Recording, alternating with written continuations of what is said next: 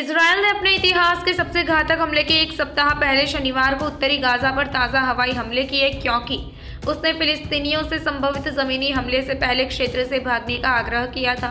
दक्षिणी इजरायली शहर सेडरोट के पास घनी आबादी वाले इलाके में सैनिकों ने गोलीबारी की, जिससे आसमान में काले धुएं का बड़ा गुबार फैल गया।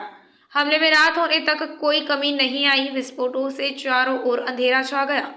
सख्त दिखने वाले इजरायली प्रधानमंत्री बेंजामिन नेतन्याहू ने एक फ्लैग जैकेट पहने हुए पहले सीमा की अग्रिम पंक्ति पर सैनिकों का दौरा किया, जिससे आसन्न आक्रमण की उम्मीदें बढ़ गई।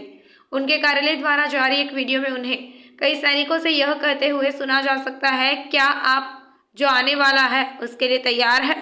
और भी आने वाला है। बाद में उन्होंने अपनी आपातकालीन सरकार के मंत्रियों के साथ सुरक्षा वार्ता की। इजरायली सेना ने पहली बार कहा कि हमास द्वारा उसके हमलों में अगवा किए गए दर्जनों बंधकों में से कुछ के शव मिल गए हैं।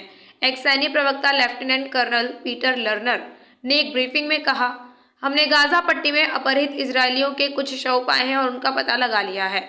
इसराइल का कहना है कि जब हमास लड़ाकों ने 7 अक्टूबर को इसराइल के अंदर हमले किए तो कम से कम 120 लोगों का अपहरण कर लिया गया, जिसमें कम से कम 1300 लोग मारे गए। इजरायली सेना ने तब से गाजा के अंदर स्थानीयकृत हमले किए हैं ताकि उस क्षेत्र पर हवाई हमले का समर्थन किया जा सके। इसके बारे में हमास सरकार का कहना है कि कम से कम 2215 लोग मारे गए हैं। लर्नर ने कहा कि बंधकों के शव गाजा पट्टी में इन छोटे करीबी परिधि छापे पर पाए गए थे। प्रवक्ता ने कहा, इजरायली सेना ने गाजा में हमास के हजारों ठिकानों पर हवाई हमले किए हैं। लर्नर ने कहा, उनमें ड्रोन सुविधाएं जैसे गुणवत्तापूर्ण लक्ष्य शामिल है, उनमें नौसैनिक सुविधाएं शामिल है, इनमें कमांड और नियंत्रण सुविधाएं शामिल है, उनमें सभी रॉकेट सुविधाएं शामिल है। हमारे आकलन से पता चलता है कि इस समय हमास असमंजस की स्थिति में है। उन्हें पता नहीं है कि जमीन के ऊपर स्थिति क्या है। वे सुरंगों में भाग गए हैं।